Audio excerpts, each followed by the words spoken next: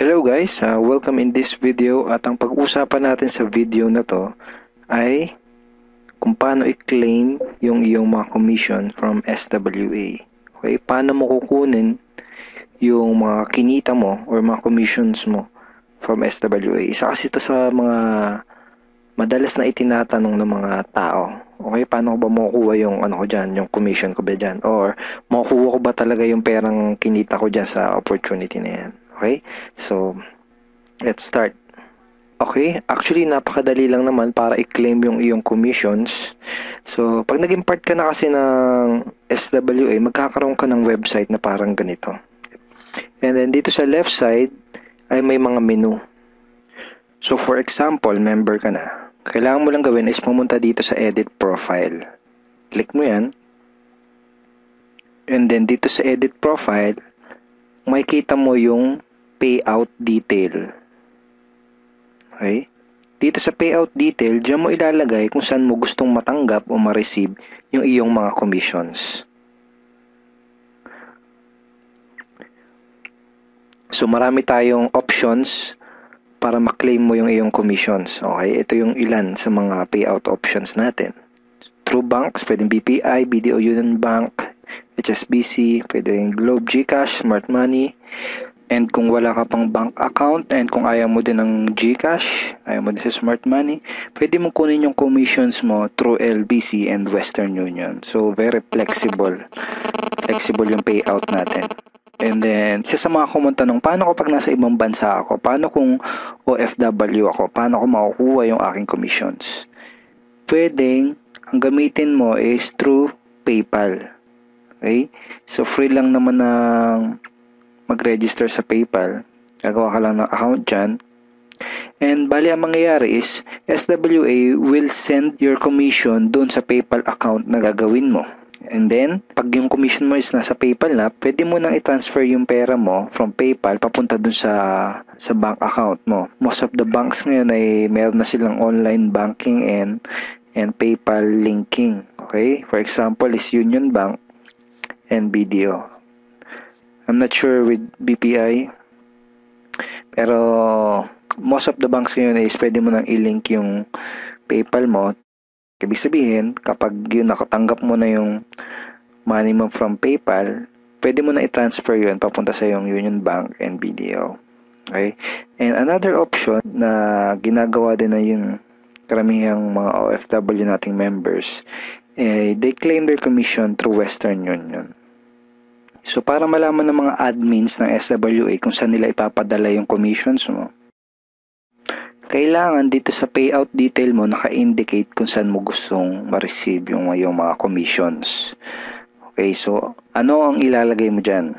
Okay, para malaman at para masiguro natin na mapupunta at ma-receive mo yung iyong mga commissions. Okay. Let's say for example, ang napili mong option is bank transfer. Kailangan mo lang ilagay dito sa payout detail ay itong mga information na to. BDO, account name, account number. So, basically, halos yan lang talaga eh. Account name and account number. Ganun din sa Union Bank, sa BPI. Okay? So, paano yan? Lagay mo lang dito sa payout detail ay ganito. BDO. Then, yung account name, sabi natin, Juan de la Cruz. Tapos yung account number. So, I think 9 ano yun, 9 digit pag sa BDO. So, pag BPI naman, ganun din, lagay mo BPI, yung account name, and then yung account number, kung ano man yun. Okay? So, ganun lang siya. So, ganun din sa Union Bank. Let's say ang napili mo namang payout option is GCash or Smart Money. Kailangan mo lang ilagay kung GCash is yung account number. Pag Smart Money, yung Smart Money card number. Very simple lang. Kung GCash, lagay mo GCash. Then yung number mo. Parang ganyan. So kung Smart Money naman, lagay mo Smart Money. Tapos yung Smart Money card number mo. Kung ano mang number. I think. Okay? Parang ganyan. Okay, pag sa PayPal naman, ang ilalagay mo lang dun sa dito sa payout detail ay yung email address na ginamit mo pang-register dun sa PayPal account mo. So, yun lang, email lang. Okay? So, kung Western Union naman or LBC, ang details na kailangan mo ilagay doon sa payout detail is yung iyong full name, address, and contact number. So, balik ka ulit dito sa edit profile mo. So, full name. Kung yung nakalagay dito is yung full name mo talaga, hindi mo na kailangan ilagay dito sa payout detail yung full name mo kasi yan na nga full name eh. Pero kung for example hindi full name mo yung register mo nung gumawa ka ng account, you need to put your complete name dito. Ibig sabihin kung ano talaga yung pinaka-complete name mo. So lagay mo muna Western Union. Western, kahit ganyan na lang. Yun. Okay, kahit Western lang, understood na yun eh. And then, lagay mo yung complete name mo. Cruz. Ganyan. Tapos yung address mo, dito mo na ilalagay. Okay? 2, 3. Sabay natin kaya. Ganyan. Tapos yung number mo, dito na lang din.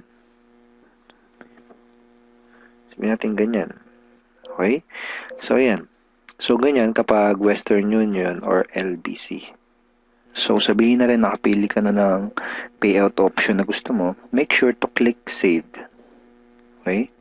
So, ngayon, ipapakita ko sa iyo kung paano ka magre-request ng payout. Okay? So, dito ulit sa menu, punta ka lang dito sa e-wallet. Dito sa e-wallet, makikita mo kung magkano yung remaining balance mo. So, in this example, itong account na to is may remaining $250. So, in dollars yung makikita mo dyan. Then, pili ka lang dito sa transaction type. Ito. Piliin mo yung payout request. Okay? So, tapos, i-indicate mo dito sa desired amount, kung magkano yung gusto mong i-request for payout. Lagay mo dyan kung magkano yung gusto mong ipadala dun sa bank account mo or dun sa GCash mo. Okay? So, pwedeng $100 kung gusto mo $100 lang.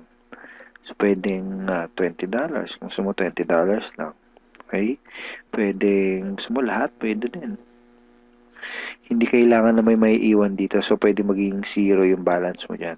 So, pag nakapag-decide ka na, just click submit.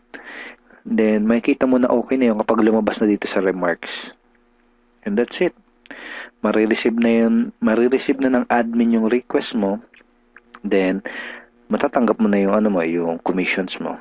So, kapag through PayPal yung payout na pinili mo, usually within 24 to 48 hours bago mo ma-receive yung payout. Kapag money transfer naman, kapag through bank, up to 5 working days bago mo matanggap. So, in my personal experience, every time na magre-request ako, sa pangatlong araw, nare-receive ko na kaagad. Pero, yan, up to 5 days na talaga makukuha mo na at matatanggap mo na yung iyong commission. Pag GCash and Smart Money naman, medyo mas mabilis. Okay? And part din ng commitment namin na tulungan ka sa negosyo na to is we provide you with the exclusive tools na mga gamit mo para magawa mo ito ng negosyo na to na mas madali at mas mabilis.